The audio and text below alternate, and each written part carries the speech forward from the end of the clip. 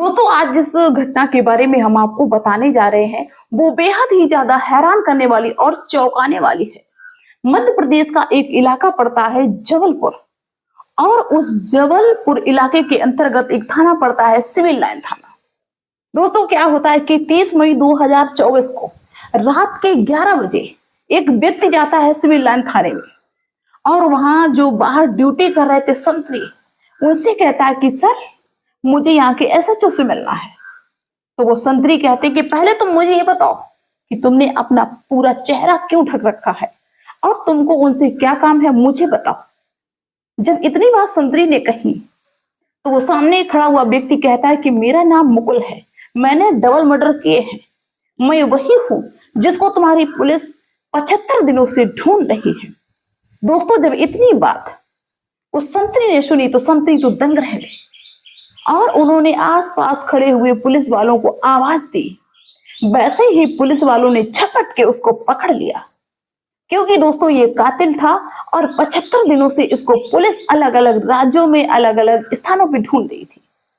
जहां भी इनकी लोकेशन मिलती वहीं पे पुलिस पहुंच जाती, लेकिन ये पुलिस के हत्थे नहीं चढ़ रहा था। जब अगले दिन 31 मई को वहां उस जिले के एसपी ने इसके बारे में खुलासा किया कि इसने जो डबल मर्डर किए थे उसकी वजह क्या थी, उसकी वजह जान के हर कोई सदमे में है कि ऐसा इसने कर दिया, ऐसा भी हो सकता है। तो आइए दोस्तों, इस पूरी घटना के बारे में हम आपको विस्तार से बताते हैं। आप सभी का बहुत बहुत स्वागत है मेरे यूट्यूब चैनल में एक और सच्ची घटना में। दोस्तों, मध्य प्रदेश का एक इलाका है जबलपुर, और जबलपुर में ही एक कॉलोनी है, मिलेनियम कॉलोनी।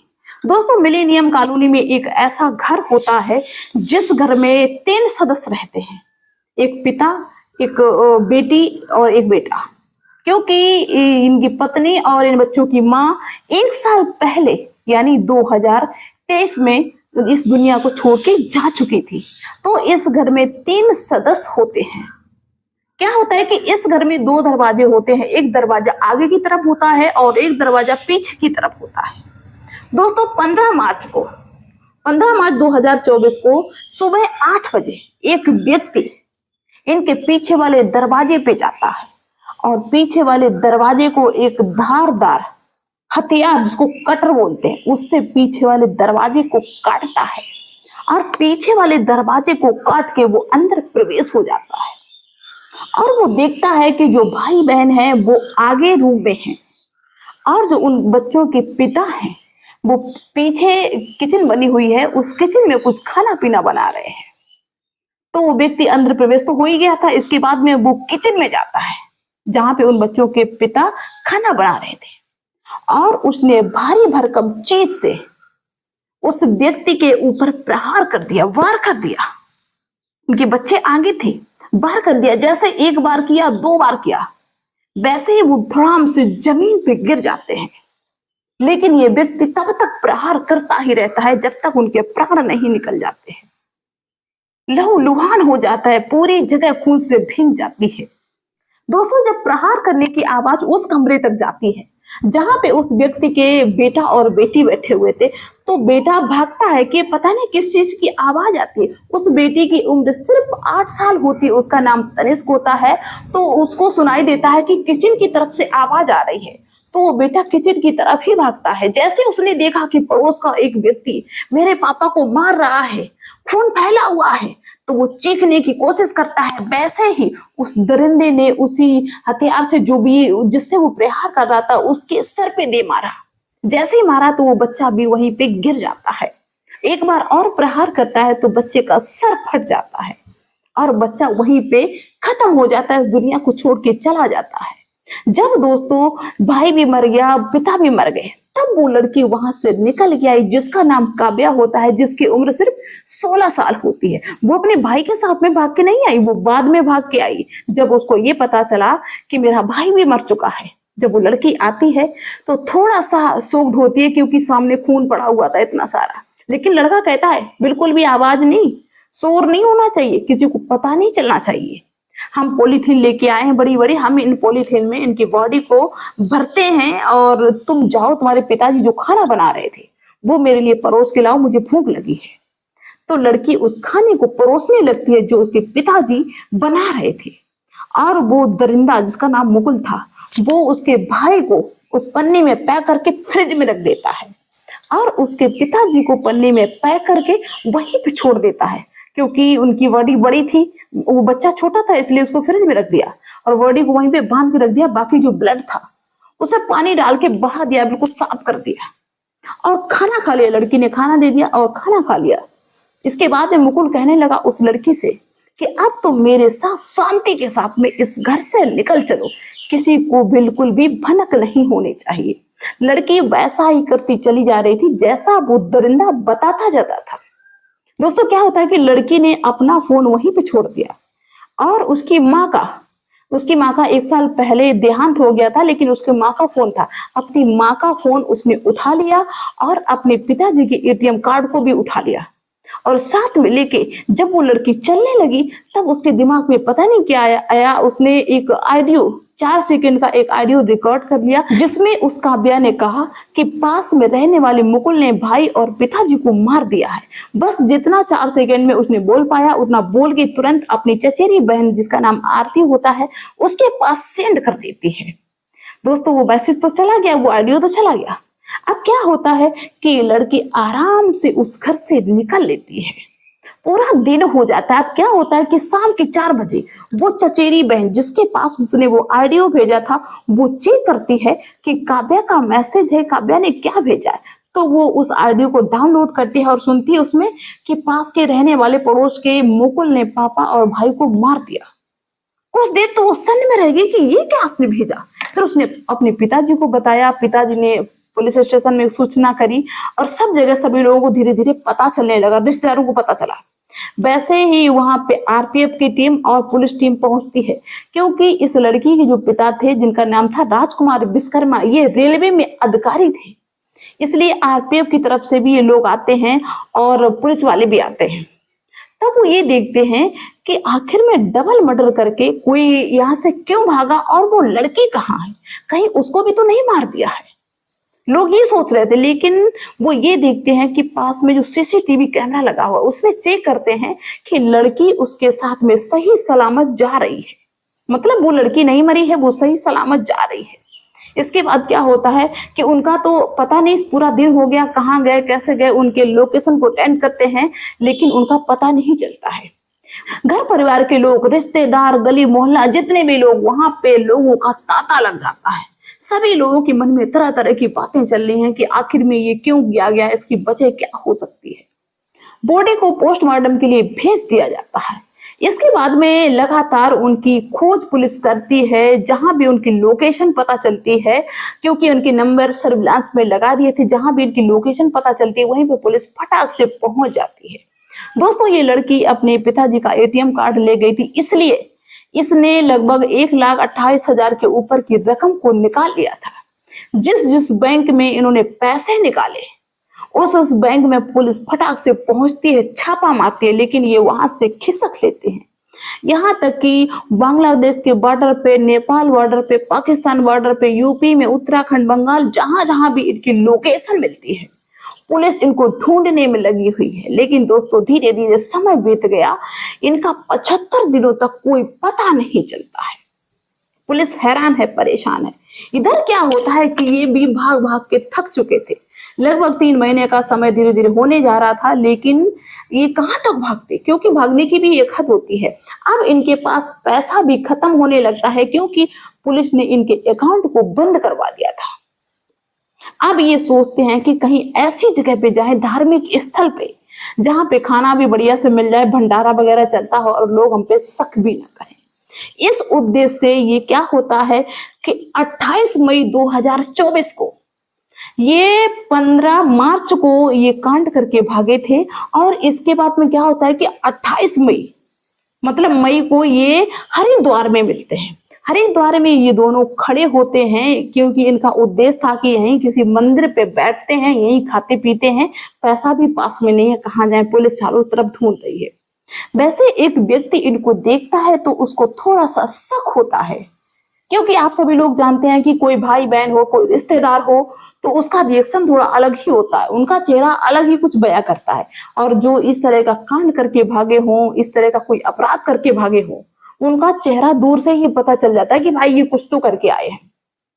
जब उसने देखा तो उसको कुछ शक सा हुआ।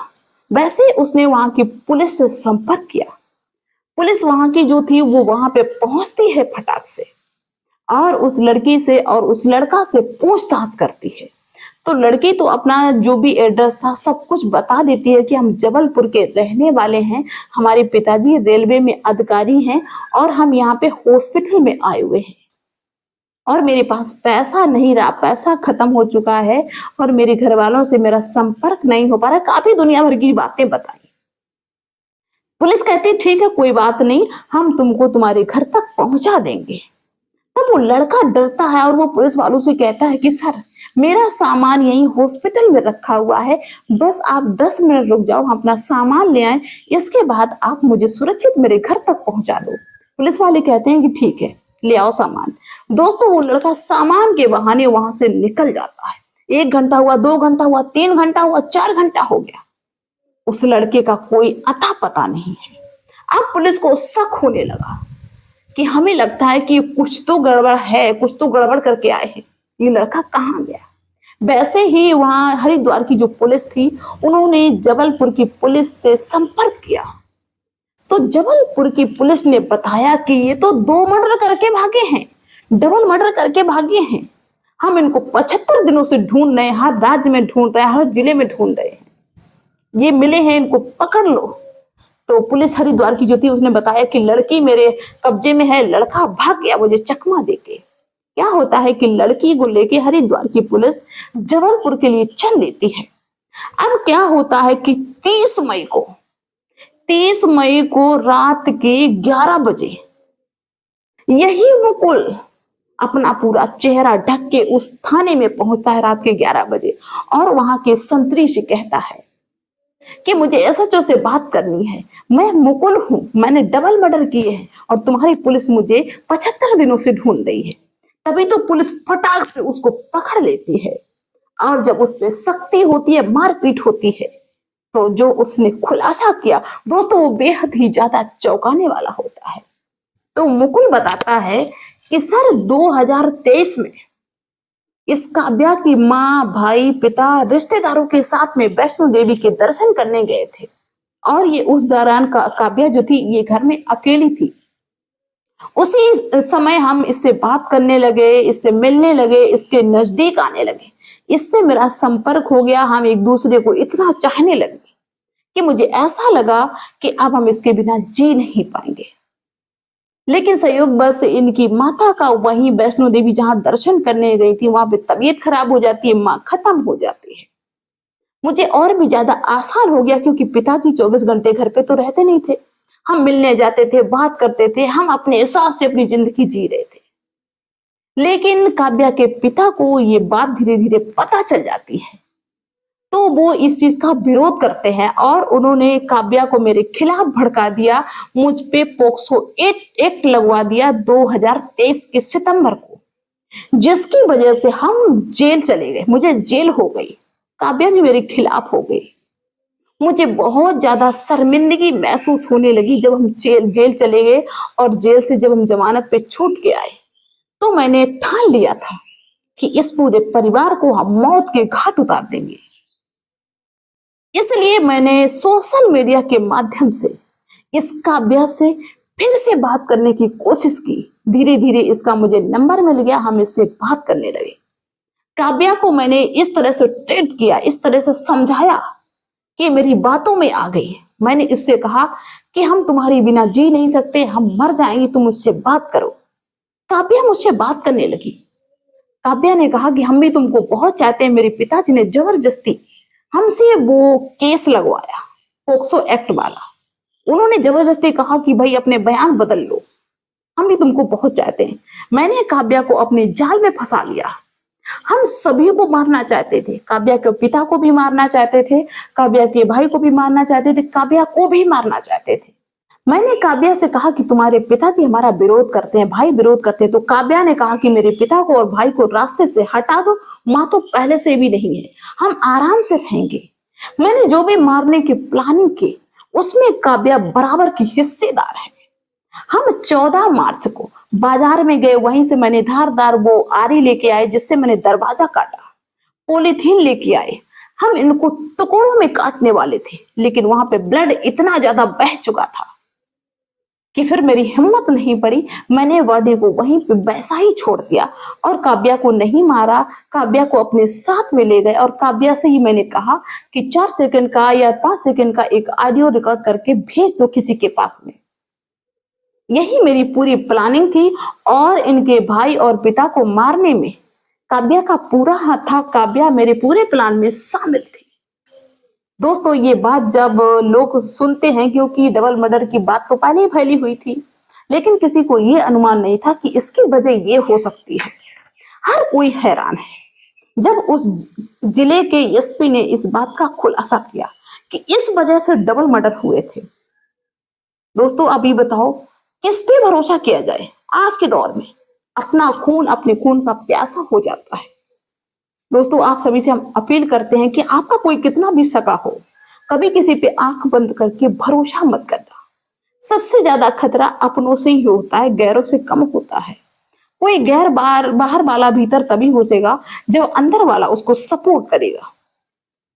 तो आपको ये घटना सुनाने का मेरा कोई ऐसा उद्देश्य नहीं था कि आपको मैं परेशान करूं, हैरान करूं, बल्कि सुनाने का ये उद्देश्य था कि हर वक्त आप सचेत रहिए, सावधान रहिए, किसी पे आंख बंद करके भरोसा ना करिए, चाहे वो कितना भी आपका करीबी हो, कितना भी सगा संबंधी हो। तो चलिए दोस्तों, मिलते हैं फिर किसी सच्ची घटना के साथ में।